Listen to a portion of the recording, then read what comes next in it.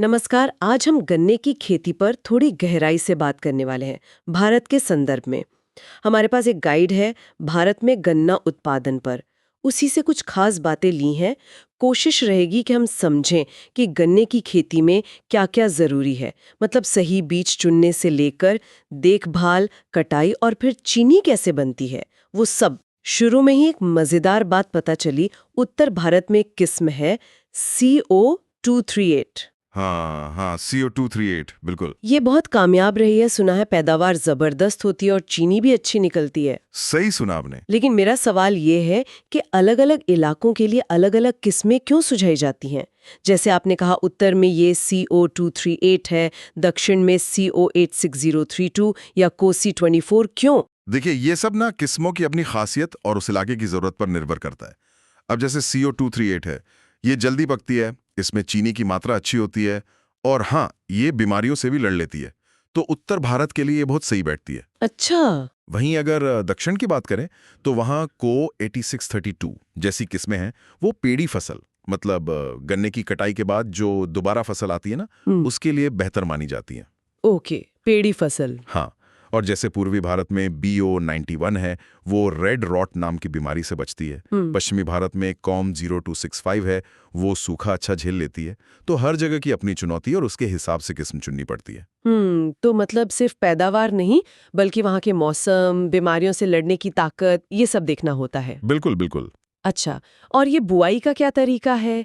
कितना बीज लगता है, ये सब? आमतौर पर देखिए, 1 हेक्टेयर खेत के लिए करीब 50 से 60 हजार गन्ने के टुकड़े चाहिए होते हैं। इनको सेट्स बोलते हैं। 50 से 60,000? हाँ, और जरूरी यह है कि हर टुकड़े में कम से कम 2-3 अच्छी आंखें हों, मतलब कलियां। ठीक है। और बुआई का जो सही समय है, वो या तो फरवरी मार्च का है, बसंत वाला, या फिर अक्टूबर नवंबर, शरद वाला। लाइनों में करीब 75 से 90 सेंटीमीटर की दूरी रखते हैं और टुकड़ों के बीच में 25-30 सेंटीमीटर। और सबसे अहम बात, बीज एकदम बढ़िया, रोग मुक्त होना चाहिए। हाँ, ये तो जरूरी है। अच्छा, मैंने सुना है गन्ने में पानी बहुत लगता है। हाँ हाँ, पानी तो इसकी मुख्य जरूरत है, खासकर शुरुआती महीनों में। जब पौधा जम जाता है उसके बाद पहले 2 से 6 महीने, जिसे हम टेलरिंग और ग्रेन ग्रोथ स्टेज कहते हैं। टिलरिंग और ग्रैंड ग्रोथ? हाँ, उस टाइम पानी खूब चाहिए होता है। लगभग हर 10-12 दिन में सिंचाई करनी पड़ सकती है।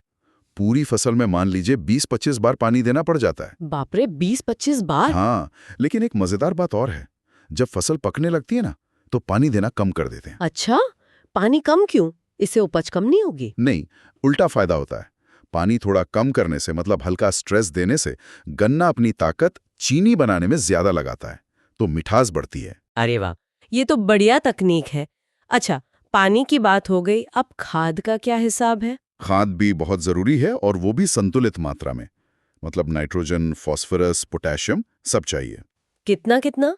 अंदाजन 1 हेक्टेयर के लिए करीब 150 से 225 किलो नाइट्रोजन। ये एक बार में नहीं देते, 2-3 बार में डालते हैं। ओके। और करीब 60 किलो फास्फोरस और 60 किलो पोटेशियम, ये बुआई के टाइम पे ही दे देते हैं। इसके साथ अगर 20-25 टन गोबर की अच्छी गली सड़ी खाद डाली जाए तो मिट्टी के लिए बहुत अच्छा रहता है। हाँ, गोबर की खाद तो फायदेमंद होती ही है। बिल्कुल। और आजकल बायो फर्टिलाइजर भी आते हैं, जैसे एजोटोबैक्टर। वो भी कल्ले फूटने में और चीनी की मात्रा बढ़ाने में मदद करते हैं। ठीक है, तो पानी हो गया, खाद हो गया, अब फसल को बचाना भी तो होगा ना, खरपतवार से, कीड़े मकोड़ों से, बीमारियों से। हाँ, ये भी एक बड़ा काम है। खरपतवार खासकर पहले 90 दिनों में बहुत नुकसान करते हैं। तो या तो हाथ से 2-3 बार निराई गुड़ाई करनी पड़ती है, या फिर गन्ने की सूखी पत्तियों से मल्चिंग कर सकते हैं, मतलब जमीन को ढक देना। और अगर दवा डालनी है तो एट्राजीन आती है, जो उगने से पहले डालते हैं, या 2,4-D जो उगने के बाद काम आती है। और कीड़े कौन से ज्यादा परेशान करते हैं?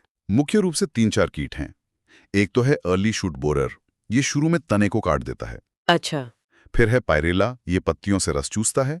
और एक सफेद गिडार होती है, वो जड़ों को खा जाती है। इनके लिए क्लोरोपाइरिफॉस जैसी दवाएं हैं।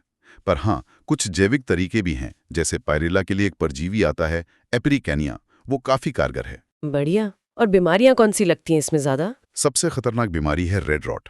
इसमें तने के अंदर लाल धारियां बन जाती हैं और सड़ने लगता है।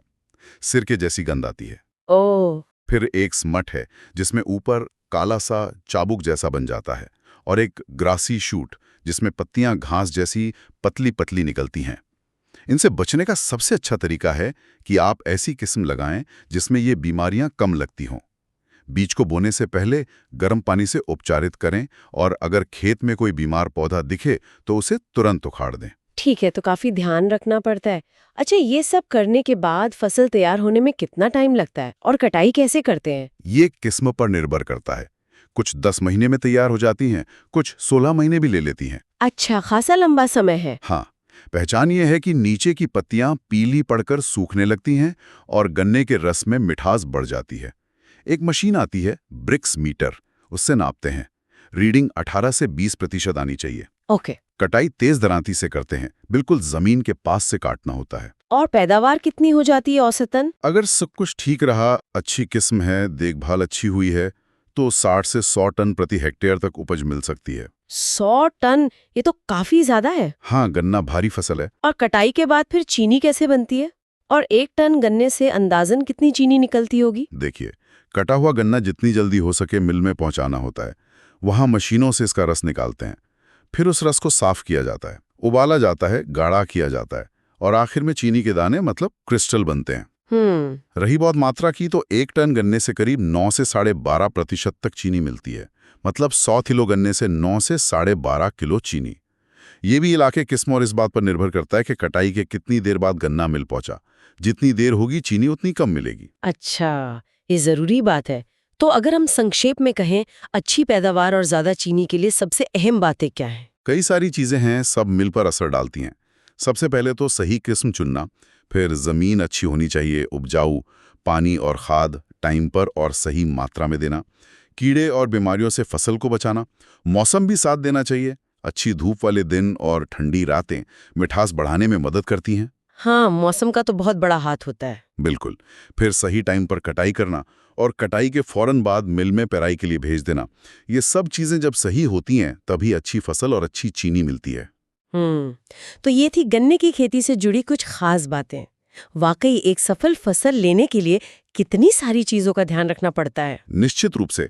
बीज बोने से लेकर उसकी देखभाल, कटाई और फिर चीनी बनने तक हर कदम बहुत महत्वपूर्ण है। जरा सी चूक से उपज और क्वालिटी दोनों पर असर पड़ सकता है। बिल्कुल। श्रोताओं के लिए एक सवाल छोड़ जाते हैं सोचने को। जिस तरह से आजकल मौसम बदल रहा है, कभी ज्यादा गर्मी, कभी पानी की कमी, क्या हमें भविष्य में गन्ने की ऐसी किस्मों पर और ज्यादा शोध करने की जरूरत नहीं पड़ेगी जो इन बदलते हालात को बेहतर तरीके से झेल सके?